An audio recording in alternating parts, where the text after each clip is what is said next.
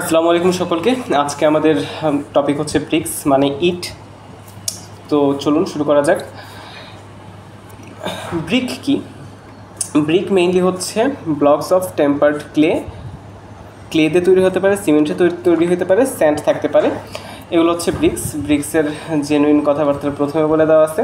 ব্রিক্সের অনেক কাজ আছে। আমরা যদি শুধু চিন্তা করি যে ব্রিক্স আমাদের ওয়াল পার্টিশন তৈরি করে না, অনেক থাকে লোড বিয়ারিং। যেই ওয়ালগুলোতে বা যেই স্ট্রাকচারগুলোতে আমাদের হচ্ছে অলরেডি পিলার থাকে, সেখানে আমাদের ব্রিক কোনো লোড ক্যারি করে না। কিন্তু আমাদের রাইট সাইডের যেই ছবিটা আছে, এখানে দেখুন আমাদের পিলারটা কিন্তু ব্রিকের তৈরি, মানে পিলারটা আমাদের এখানে কোনো আরসিসি পিলার নাই। সো এখানে আমাদের ব্রিক ব্যবহার করতে হচ্ছে অ্যান্ড ব্রিক এখানে লোড নিচ্ছে। হোয়ারাস যেখানে আমাদের পিলার থাকে, অধিকাংশ মাল্টি স্টোরেড বিল্ডিংগুলোতে আমাদের অবভিয়াসলি পিলার থাকে। পিলার না বলে আমরা এটাকে বলবো কলাম। ইঞ্জিনিয়ারিংয়ে পিলার শব্দটা ইউজ করা যায় না। সো কলাম যেগুলো থাকে সেখানে আমাদের এই ইটের লোড বিয়ারিং কোনো ওয়ার্ক থাকে না, কোনো ফাংশন থাকে না। সো অবভিয়াসলি যেই ইটগুলো লোড ক্যারি করে আর যেই ইটগুলো লোড ক্যারি করে না, তাদের মধ্যে একটা ডিফারেন্স থাকবে। সো সেটা আমরা সামনে দেখব। এবং শুধু লোড ক্যারিং এবং নন লোড ক্যারিং হিসেবেই না, এছাড়া এই ধরনের আর্ক তৈরি করার ক্ষেত্রেও আমরা ব্রিক ব্যবহার করি এবং করা যায়। এছাড়া রাস্তার পিভমেন্ট এবং ফুটপাতে আমাদের ব্রিকের ব্যবহার রয়েছে। এবং এই জিনিসগুলোকে আমরা বলি হচ্ছে ব্রিক চিপস বা খোয়া। সো আমাদের অ্যাগ্রিগেট হিসেবে, মানে খোয়া বলে, যে আমাদের কোর্স অ্যাগ্রিগেট থাকে যেখানে মূলত স্টোন চিপস থাকে, তার এগেনস্টে আমরা খোয়াও ব্যবহার করতে পারি। তবে যদি আপনি ASTM দেখেন, আমেরিকান স্ট্যান্ডার্ডটা যদি আপনি ফলো করেন, তখন দেখবেন সেখানে ব্রিক চিপসের কোনো স্ট্যান্ডার্ড দেওয়া নেই। মানে ব্রিক চিপস আসলে ব্যবহার করার কোনো জায়গা নেই। কিন্তু যেহেতু আমাদের দেশে পাথর খুব একটা সহজে পাওয়া যায় না এবং ইম্পোর্ট করতে হয়, সো আমরা IS স্ট্যান্ডার্ড বাংলাদেশ এবং ইন্ডিয়া এই রিজন এবং অনেক জায়গাতেই স্টোনের পরিবর্তে আমরা ব্রিক চিপস ব্যবহার করি অ্যাজ এন কনক্রিট অ্যাগ্রিগেট, মানে কংক্রিটের ভিতরে যেই অ্যাগ্রিগেট থাকে সেটা। সো ব্রিকের অ্যাডভান্টেজ কী? ব্রিকের অনেক অ্যাডভান্টেজ আছে। The use of natural base, আমরা ন্যাচারাল বেস ব্যবহার করে ব্রিক ব্যবহার করতে পারি। মানে আলাদা এখান থেকে আমাদের বাংলাদেশে অন্য কিছু ইম্পোর্ট করতে হয় না ব্রিক বানানোর জন্য। র মেটেরিয়াল সব আমাদের এখানেই পাওয়া যায়, ন্যাচারাল বেস। এরপর এটা ইনার্ট ম্যাটেরিয়াল, এটা কারোর সাথে সহজে কোনো রিয়াকশন করে না, এটা একটা বৈশিষ্ট্য। এরপর আরেকটা বৈশিষ্ট্য, in most cases manufactured using locally. So আমরা এলাকার মানে লোকালি ব্যবহার করতে পারি, লোকালি বানাইতে পারি। খুব বেশি পরিমাণে স্কিলফুল লোক আমাদের এটার জন্য প্রয়োজন হয় না। এটা হাই প্রেশারে উইথস্ট্যান্ড করতে পারে। এটা নন কম্বাসিবল মানে হচ্ছে আগুনে পুড়ে যায় না, যেটা টিম্বারের ক্ষেত্রে হয়। আমরা যদি শীত প্রধান দেশে যাই বা ইউরোপিয়ান দেশে যাই, সেখানে বা কানাডায় রিসেন্টলি কাঠের দাম অনেক বেড়ে গেছে, কজ ওরা কাঠ দিয়ে ঘর বানায়, কিন্তু আমরা আসলে সেটা করি না। অ্যান্ড কাঠ দিয়ে ঘর বানানোর মূল সমস্যা একটাই, এটা নন কম্বাসিবল মানে ওরা আগুনে সহজে পুড়ে যায়। ঘরে কোনো রকমের আগুন লাগলে পুরো ঘর নাই হয়ে যাবে। আমাদের এখানে আগুন লাগলে কিন্তু বিল্ডিংয়ের তেমন কিছু হয় না। আচ্ছা, they do not shrink or expand. টেম্পারেচারে খুব বেশি পরিমাণে এক্সপ্যান্ড ব্রিক হয় না। Brick also offer good noise reduction. আমরা যদি ব্রিক দিয়ে ওয়াল বানাই, তাহলে সেটা এক রুম থেকে শব্দ আরেক রুমে যায় না, নয়েজ ক্যান্সেলিং খুব ভালো মতো হয়, যেটা টিম্বারে সবসময় পসিবল হয় না। তারপর bricks can be manufacture in variety colours. আমরা দেখব এখানে অনেক ধরনের পিগমেন্ট দিয়ে নিজের মতো করে ব্রিক বানানো যায়। The average life span of building, আমরা ব্রিক দিয়ে যে সকল বিল্ডিং বানাই তাদের অ্যাভারেজ লাইফ স্প্যান কিন্তু almost 100 years. And handling of bricks are very easy due to uniformly in size and shape. এটা সহজে ক্যারি করা যায়, ট্রাকে করে নিয়ে আসা যায়, যেহেতু এদের সাইজ শেপ খুব ইউনিফর্ম। তাহলে এখানে যতগুলো আমরা বৈশিষ্ট্য জানছি, তার মধ্যে প্রথম সবচেয়ে ভালো বৈশিষ্ট্য যেটা ছিল হচ্ছে লোকালি বানানো যায়। এবং তারপরের বৈশিষ্ট্যগুলোর মধ্যে ছিল যে এরা হিট অ্যাবজর্ব করতে পারে, সহজে এক্সপ্যান্ড হয় না, ইনার্ট ম্যাটেরিয়াল, আগুনে পুড়ে যায় না, নিজের পছন্দ মতো কালার করা যায়, অ্যান্ড এগুলো রিসাইকেলেবল, এই বিষয়গুলো। ঠিক আছে। সো আমরা তারপর যাই, যেরকম রাস্তা বানানোর জন্য অবভিয়াসলি ব্রিক লাগে। রাস্তা যখন আমরা এই দেখব যে নিচের যেই লেয়ারটা থাকে সেখানে একটা ব্রিকের লেয়ার অবভিয়াসলি রাস্তায় থাকে, রোডে অবভিয়াসলি ব্রিকের লেয়ার থাকে, ঠিক আছে, সয়েল সারফেসটাকে একটু শক্ত করার জন্য। অ্যাপ্লিকেশন কোথায় ব্রিক? ব্রিক অবভিয়াসলি ওয়ালের জন্য, ওয়াল তৈরিতে ব্রিকের ব্যবহার করা হয়। এরপর ব্রিকের ফ্লোরের কনস্ট্রাকশনে ব্রিক ব্যবহার করা হয়। কর্নিস এবং আর্ক, যে প্রথমে আমরা আর্কের ছবি দেখাচ্ছিলাম, এই যে আর্ক, এই আর্ক তৈরিতে হচ্ছে ব্রিক ব্যবহার করা হয়। তারপর ব্রিকের আরও অনেক ব্যবহার আছে। খোয়া তৈরিতে ব্রিক ব্যবহার করা যায়। অ্যান্ড সুরকি তৈরিতে, সুরকি হচ্ছে আমাদের কনক্রিট ছিল লাইম কনক্রিট, লাইম কনক্রিটে অনেকটা পাউডার টাইপের সুরকি ব্যবহার করা হয়। ওখানে এই কি বলে ইটের খোয়ার একদম পাতলা পাউডার, একদম পাউডার যেই গুঁড়া অংশটা থাকে সেটা ব্যবহার করা হয়।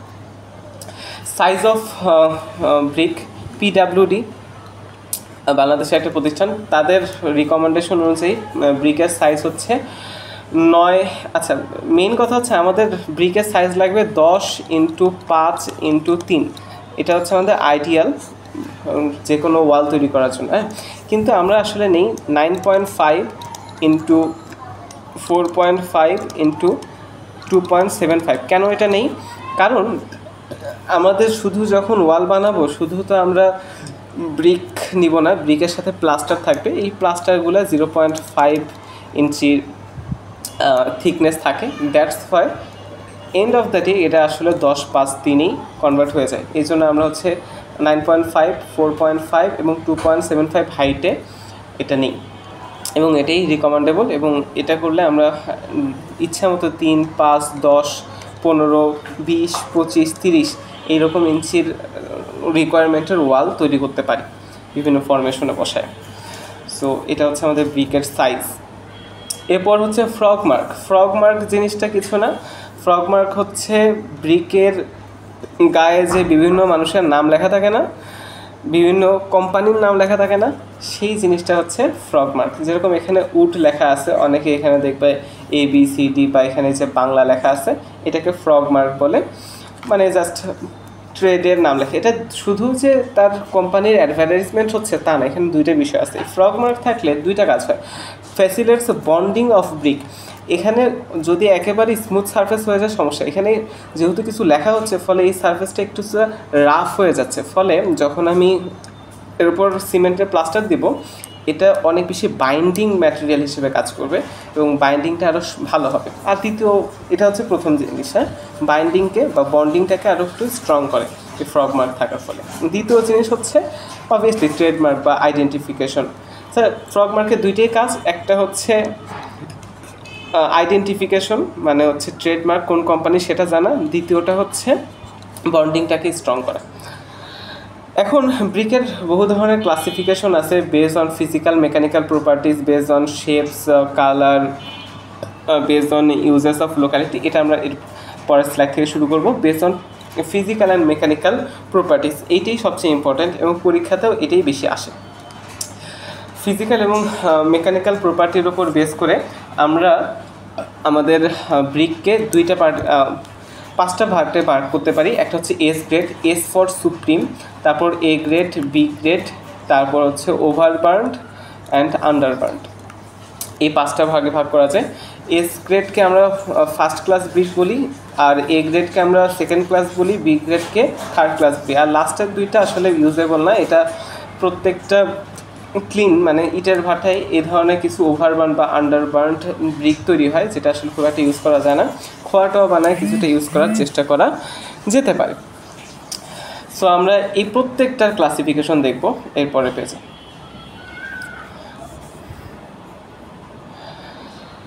So classification based on physical and mechanical properties. So আমরা যদি এস গ্রেড নিয়ে কথা বলি, এস গ্রেডেরটা হবে একদম সুপ্রিম গ্রেড, একদম সবচেয়ে বেস্ট, এর থেকে বেস্ট হইতে পারে না। তাহলে এর যত কোয়ালিটিস আছে সেগুলোও বেশ ভালো রকমের থাকবে। অবভিয়াসলি এটা স্ট্যান্ডার্ড সাইজের হবে, uniform yellow and radish colour তো হবে, ওয়েল বার্নড হবে, রেগুলার শেপ হবে, ইউনিফর্ম টেক্সচার হবে, এগুলো নিয়ে কোনো কথা বলা নেই। এটার মধ্যে কোনো ইফ্লোরেসেন্স দেখা যাবে না, এটার মধ্যে কোনো পেবলস, নুড়ি পাথর, গ্র্যাভেলস অথবা কোনো অর্গানিক ম্যাটার মানে কোনো জৈব বস্তু এগুলো থাকবে না। এগুলো খুব সহজ কথা। তবে যে জিনিসটা মনে রাখতে হবে, এদের ওয়াটার অ্যাবজর্পশন ক্যাপাসিটি অবভিয়াসলি 12 থেকে 15% মধ্যে থাকতে হবে। এর বাইরে গেলে আমরা এটাকে ভালো ব্রিক বলবো না। মানে 12 থেকে 15%-এর বেশি সে যেন পানি অ্যাবজর্ব না করে। এটাকে যদি 24 ঘন্টা পানিতে ডুবায় রাখা হয়, 12 থেকে 15% পর্যন্ত সে হচ্ছে ধরে রাখবে, কি বলে, পানি অ্যাবজর্ব করবে। এটা হচ্ছে তার অন্যতম মেইন বৈশিষ্ট্য, মেকানিক্যাল প্রপার্টি যদি বলি। দ্বিতীয় মেকানিক্যাল প্রপার্টি, এদের যে স্ট্রেংথ, সেই স্ট্রেংথ ইন অলমোস্ট 4000 PSI এর কাছাকাছি থাকবে। ঠিক আছে, 4000 PSI এর কাছাকাছি থাকবে। এই দুইটা জিনিস হইতে হবে। আর এদেরকে যদি তুমি দুইটা ইট নিয়ে যদি টোকা দাও, তখন দেখবে একটা সুন্দর স্মুথ মেটালিক একটা সাউন্ড তৈরি করবে। এবং হাতের আঙ্গুল দিয়ে যদি এখানে স্ক্র্যাচ করতে চাও, তোমার সাধারণ যে হাতের আঙ্গুল ওইটাতে যদি স্ক্র্যাচ করতে চাও, দেখবা কোনো স্ক্র্যাচ পড়তেছে না। যেই বিল্ডিংগুলো তুমি চাও যে 100% তুমি রিকমেন্ড করবে 100 বছর টিকবে, হ্যাঁ, এরকম যদি তোমাকে বলে যে ভাই 100 বছরের কম যেন না টেকে, তখন তুমি বলবা এস গ্রেড ব্রিক ব্যবহার করতে। এছাড়া যেখানে ধরো খুব করোসিভ এনভায়রনমেন্ট, যেই ধরো একটা ওয়াল বানাইছো, সেই ওয়ালটা সবসময় পানির সাথে লেগে থাকে বা বাহিরে ওয়েদারের কন্টাক্টে আসে, সেখানে আমরা এরকম সুপ্রিম গ্রেডের ব্রিক দিব। এছাড়া কোর্স অ্যাগ্রিগেট হিসেবে যেহেতু আমরা বলছি, কোর্স অ্যাগ্রিগেটে মেইনলি হচ্ছে স্টোন চিপস বা পাথর ইউজ করা হয়, কিন্তু আমরা পাথরের পরিবর্তে যদি ইট ব্যবহারও করি, খারাপ ইট ব্যবহার না করে এই ধরনের সুপ্রিম কোয়ালিটির ইট ব্যবহার করতে পারি, যেটাও দিন শেষে আমাদের ওই পাথর থেকে কিছুটা কমই খরচ পড়বে। আচ্ছা, এরপর সেকেন্ড ক্লাস ব্রিক। আমাদের পুরো বাংলাদেশ আসলে এই সেকেন্ড ক্লাস ব্রিক দিয়ে ভরা।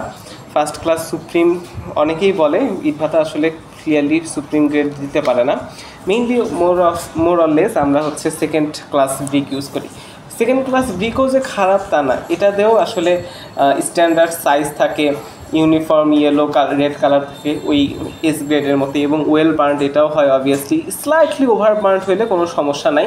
অ্যান্ড এটা হচ্ছে রেগুলার শেপের থাকে, সব কিছু ঠিক, মানে এস গ্রেডের মতো বৈশিষ্ট্য সবগুলাই এখানেও থাকে, এস গ্রেডের মতো সকল বৈশিষ্ট্য এখানেও থাকে। কিন্তু সমস্যা এখানে ডিফার করে মেইনলি কোথায়? মেইনলি ডিফার করে হচ্ছে এর অ্যাবজর্পশন ক্যাপাসিটিতে।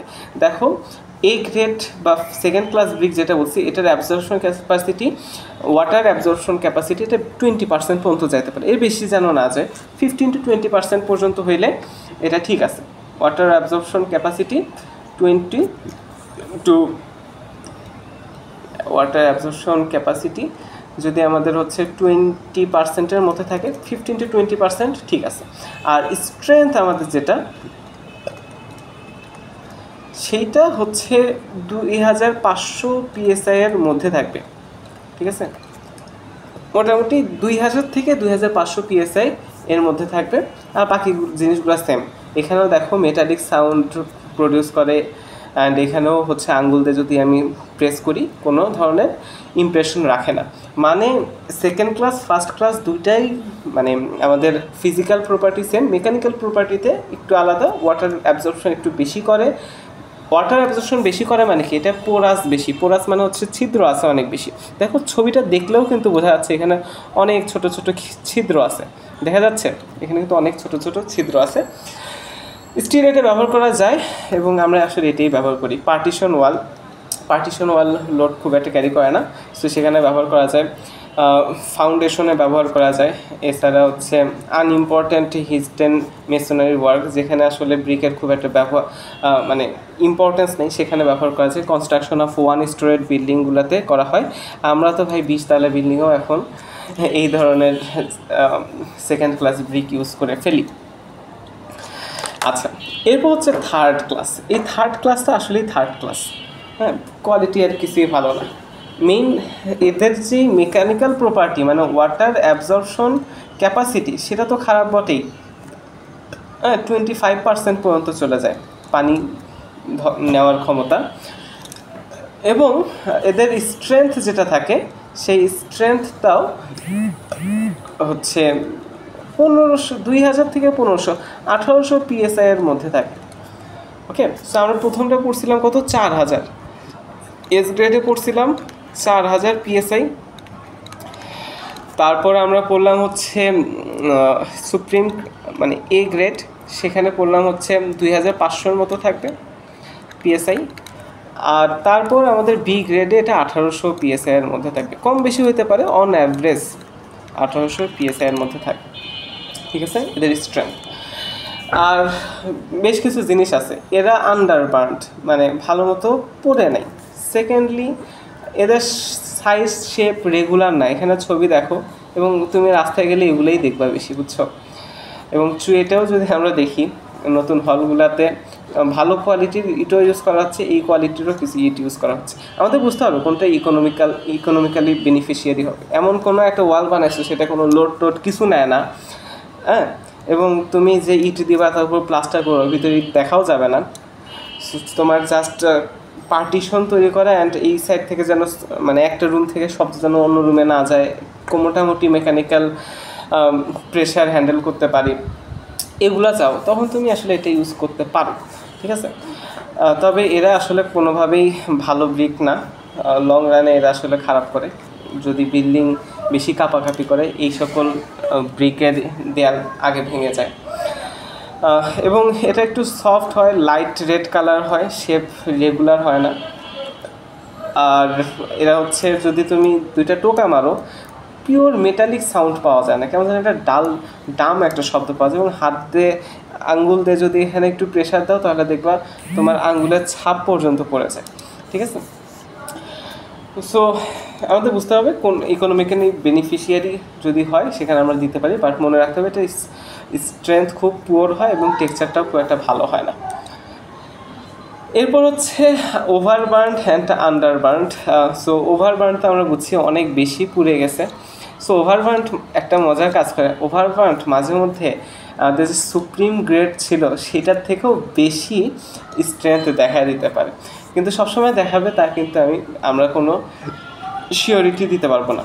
বাট এরা হচ্ছে, সো এদেরকে যেহেতু অনেক বেশি পুড়ে গেছে এদেরকে ভেঙে খোয়া হিসেবে ব্যবহার করা যেতে পারে কোর্স অ্যাগ্রিগেট। এবং এদের ওয়াটার অ্যাবজর্পশন ক্যাপাসিটি অনেক বেশি থাকে, পুরে একেবারে ভিতরটা ফাঁকা হয়ে যায়, সো অনেক বেশি পোর তৈরি হয় ভিতরে।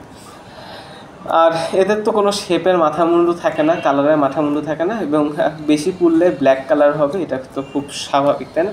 সো এদেরকে আমরা কী করতে পারি, আমরা বিভিন্ন ফ্লোরিং লাগে না, বিভিন্ন কনস্ট্রাকশন ওয়ার্ডের যে কনস্ট্রাকশনের আগে যে একটু বেস তৈরি করতে হয়, মাটিটা বেশি নরম, তার আগে একটু এগুলার খোয়া দিয়ে তার উপর যদি আমরা হচ্ছে ফাউন্ডেশন দিই, বা ফাউন্ডেশন না, তার উপর যদি আমরা হচ্ছে স্ল্যাব ট্যাব তৈরি করি, তাহলে আমাদের ওই স্ল্যাবের নিচের যে ফাউন্ডেশন বলতে বেস, সেইটা তৈরি হয়। সো আমরা এখানে বেস তৈরি করতে পারি। লাইম কনক্রিট ফাউন্ডেশনে আমরা এটা ইউজ করতে পারি, এ ধরনের ব্যবহার আছে। ঠিক আছে, আর in concrete of slab and beam which will not come in contact to water, ওয়াটারের কন্ট্যাক্টে না আসে ভালো। যেই জায়গাগুলোতে ওয়াটারের কন্ট্যাক্ট আসে সেখানে আসলে এটা উইথস্ট্যান্ড মোটেও করতে পারবে না এবং গলে যাবে। বেশি গলবে কারা, যেন আন্ডারবার্ন মানে ভালো মতো পড়েই নেই, হ্যাঁ, একেবারেই পড়ে নেই। আমরা জানি বি গ্রেড বলছিলাম ভালো মতো পড়ে নেই, কিন্তু তাও ওটা ছিল, মোটামুটি ছিল। আন্ডারবার্ন একেবারেই পড়ে নেই, মানে এটাকে যদি বৃষ্টির পানিতে দাও তাহলে দেখবো হচ্ছে মোটামুটি গলে যাচ্ছে।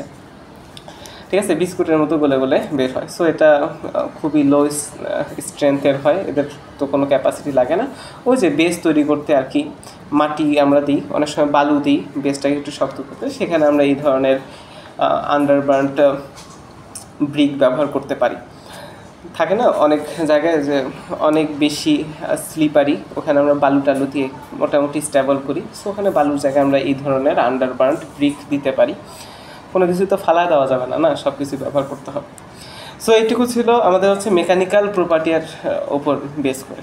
এখন আরও কিছু আছে, এর আগে আমরা যা পড়ছি বুঝছো সেই সবগুলো ছিল হচ্ছে ক্লে ব্রিক্স, মানে হচ্ছে মাটির তৈরি ব্রিক, এবং সেটার মধ্যেই এই ক্লাসিফিকেশন ছিল S grade, A grade, B grade, overburned, আন্ডারবার্নড।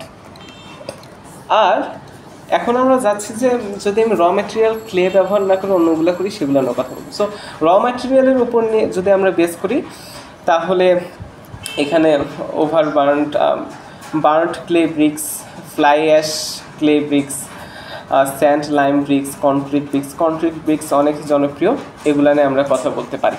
So এটা নেক্সট